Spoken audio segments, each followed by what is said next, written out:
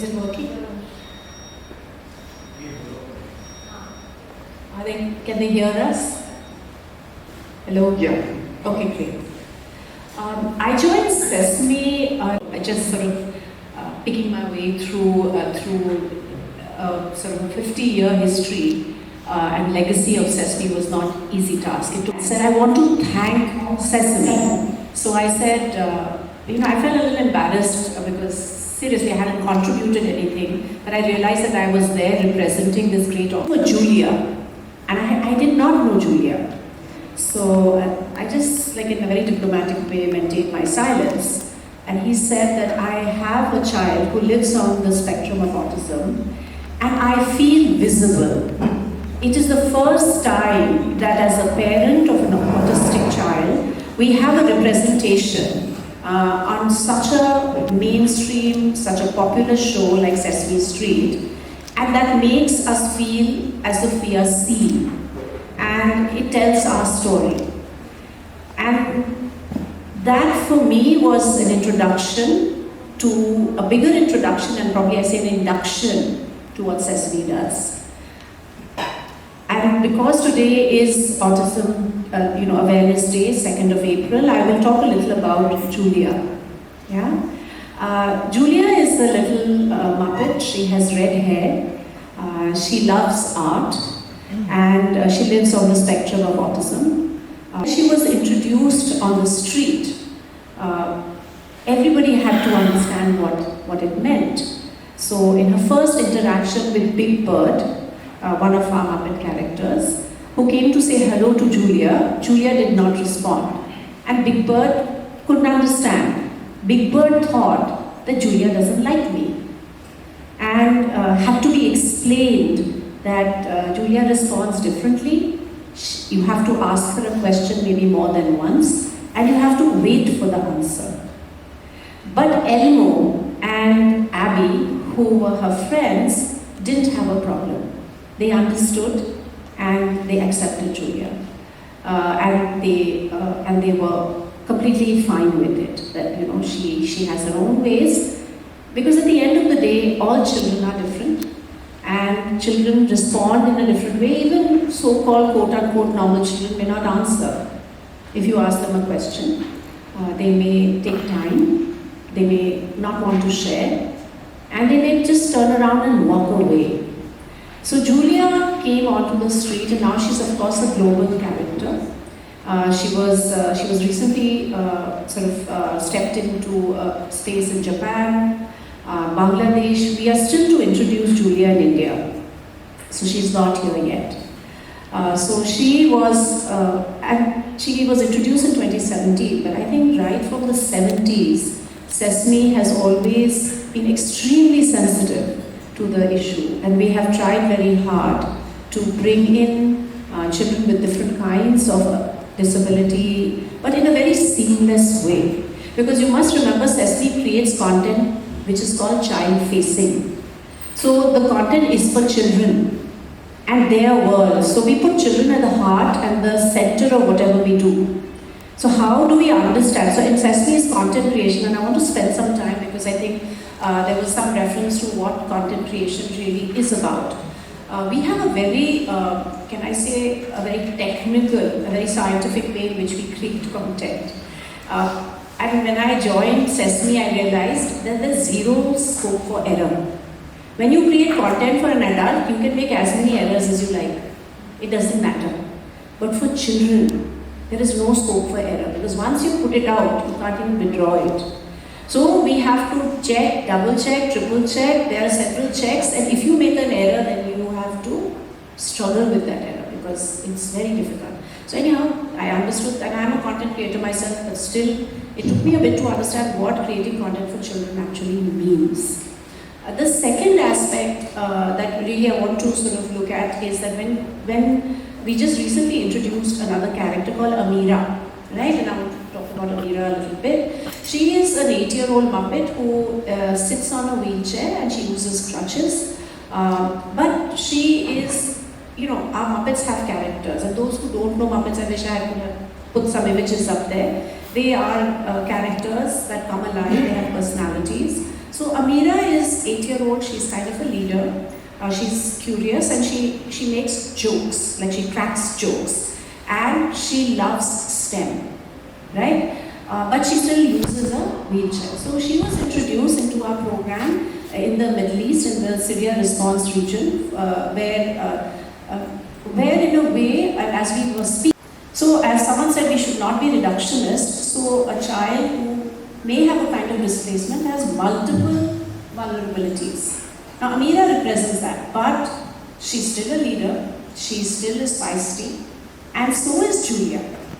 So coming back to your point, in Sesame's journey of content creation, in Sesame's journey of inclusion, even in creating Ameera's character, I was myself learning because I didn't understand this myself. There's a concept of a mirror and a window. So when you look at a mirror, means you, like what the way this parent said, that when we saw Julia, we could share that experience. We saw someone who we could relate to, a family that we could relate to. For those who don't live with a disability, it's a window. We see things, we relate to things we've never seen before. We as Sesame crack the window very quickly, right? But the mirror is something we have to work hard on. And when we created Ameera, the whole experience was to get that Muppet into a space where they were engaging with other children who had similar forms of disability. And it was a really interesting learning for me. That other children did not identify the wheelchair. When they asked them, how do you think you're different from Ameera? They said, she's green. So when we enter this world of a child, as an adult, we need to leave a lot at the door. And we need to understand that how we are really. Go back to, I think many speakers spoke about stigma and discrimination, and I want to put that heart and center here. That as we at Sesame take on these issues of diversity, inclusion, and equity, and I want to put all of them there. The idea behind that is how do we make sure that we really, so can I use this word, and it's a little jargonish, but nothing about us without us, right? How do we make sure that journey is inclusive, but at the same time, how do we in our content really try to destigmatize this space? And I think social and mental mindsets are very critical. And I want to bring that back into the room. In coming back to how do we create a safe classroom, how do we create a safe space, I think destigmatize, if we were all talking about one thing that we want to put out, I would say how do we destigmatize? So we can create curriculum, we can create tools, we can create many things. But if we are not able to destigmatize, and all these crumpled pieces of paper, the one I got was about a girl whose life was like the crumbles of the paper, and her life was marked like that because of her disability. So that was my sheet of paper that I got.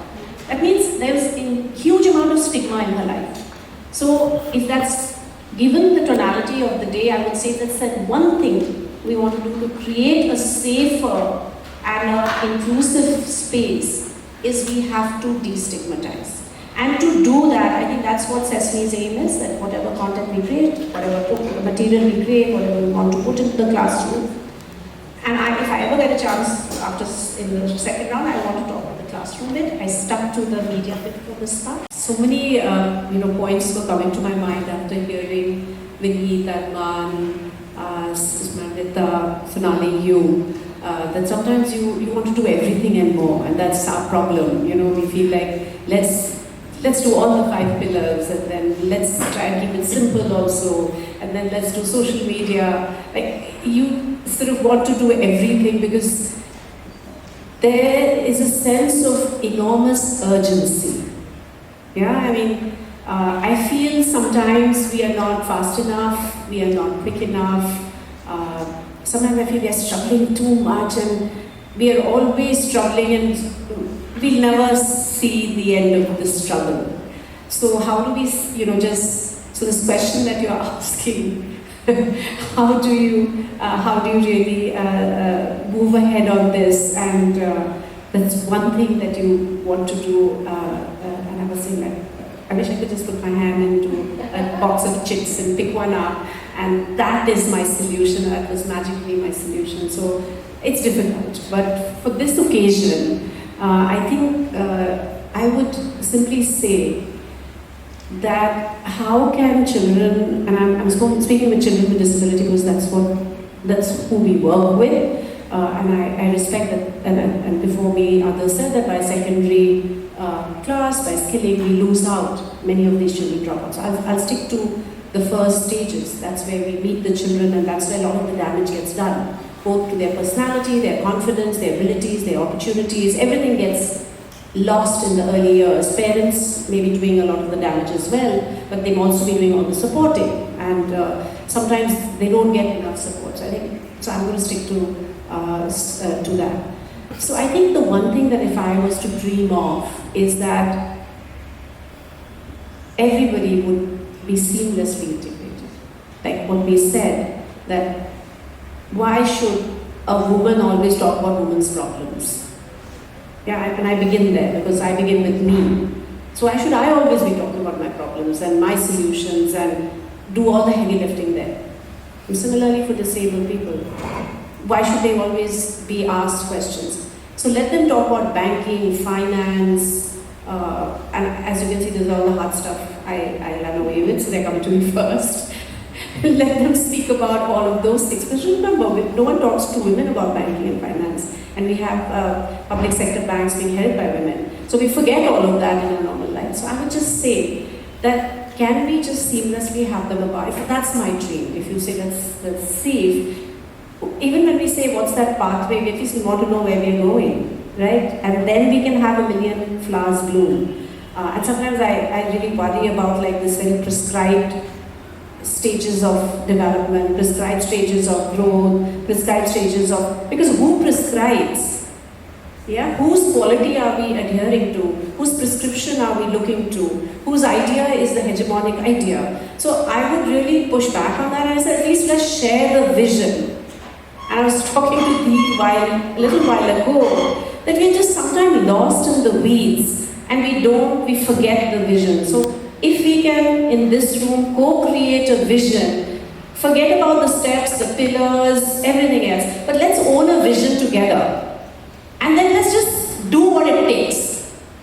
And whatever you feel it takes. And whatever your energy or resources, because this is my belief that if you have a good idea, and in this case a good vision, and I'm sure we are smart enough people in this room, the rest will follow. Why we are called Sesame Workshop. Yeah, we say we are in constant workshop mode because children, we cannot give the same material for children to learn. You know, times are changing. Today's child is learning so much more faster. If we look at the different ages, even sitting on this panel, our access to any kind of content wherever we started was very different. Like I only had a few reference books and no digital. And then we come to, I think Vineet and all, they were like, from Go, they had access to different kinds of content. So the way we learn, the way a child learns is so dramatically changing that we as content creators have to be constantly evolving our content. So we cannot say we have solved for the content for posterity. So first I want to address that. So there is no like पुराना content, अब नया content आएगा, पुराने content का क्या करेंगे? पुराने content को आप छोड़ दो, right? You have to leave it. So it's good to look at the legacy, it's good to learn from it, but you have to move on because children are learning distinctly different. That's for all children, not just for children with disability. So first the premise is that. Now you're coming to, as we create new content, can we apply a lens? What kind of lens should we apply? I think we talked, several kinds of lenses can be applied. Now, let's just take one example. And in fact, my expert is sitting in the room, Jayanti, and we were just talking about this in the morning, that we create a lot of content. Do you want to modify that content? Or do you want to train the person who's delivering that content? Right? So, it's a way the content can be the same. And I think, Sonali, you and me, when we were writing that famous proposal that bombed, we had the same discussion. Yeah, we can, I mean, how would that content look any different? I mean, if I ask this question back to you, how would it look any different? Okay, we put in a child, like someone here said, just putting a child with a wheelchair. Does that make that content more inclusive? It doesn't, right? So I think how that happens, how does the ecosystem respond to that content? If you create a video, it's not about just putting Julia in that video. It's everything else that happens around Julia that becomes important. So if you're putting a child with any kind of disability, whether it's hearing, maybe physical, maybe any other kind, visual impairment, and you put that child into the middle of that ecosystem, then you have to work on how does that environment respond to the child. So the person who's delivering the content has to be trained so. So I just want to share a very story, my personal story. My child, he was genuinely a distracted kid, and he just didn't want to learn. And I used to sort of at home, I would make him look at the book like this, look at it. So he would look at it. So he learned the alphabet through nursery, and in prep we learned he had vision impairment. We didn't know till he learned the alphabet that he had a vision problem. Because his world was hazy. The child didn't know there was any other world which was not hazy. So as a parent, I was so grief-stricken because that entire nursery, he must have lived in a world that was not mine. And I was trying to get him to learn so many things, holding the book close to him. So when I held it close to him, he saw it, but he couldn't see the blackboard or whatever the teacher was doing. So in prep, when he got his glasses, his world changed. So that happens to the best of us. Right? That ecosystem doesn't understand. This is a child who doesn't, has visual impairment. Simple, right? Aapki chashma pehante, main bhi pehante, I don't know who else, so many people in the room are wearing specs. Nothing problematic, no stigma. I mean, sometimes women get stigmatized. They don't get married if they wear specs. So all that drama also happens. So to your point, and just simplifying it, we have to be in constant mode of creating content. There is no content that is fit, like ho gaya, aisa nahi hota hai. Yeah? Because children are learning so differently. They are the most, I think, the toughest customers to cater to. Right? So I hope that sort of answers you in a way. And then how do we create training material for the teacher? How do we sensitize her? How do we build assessments which are different in the classroom that apply for different kinds of learning ability? Not just for children with disability, any child.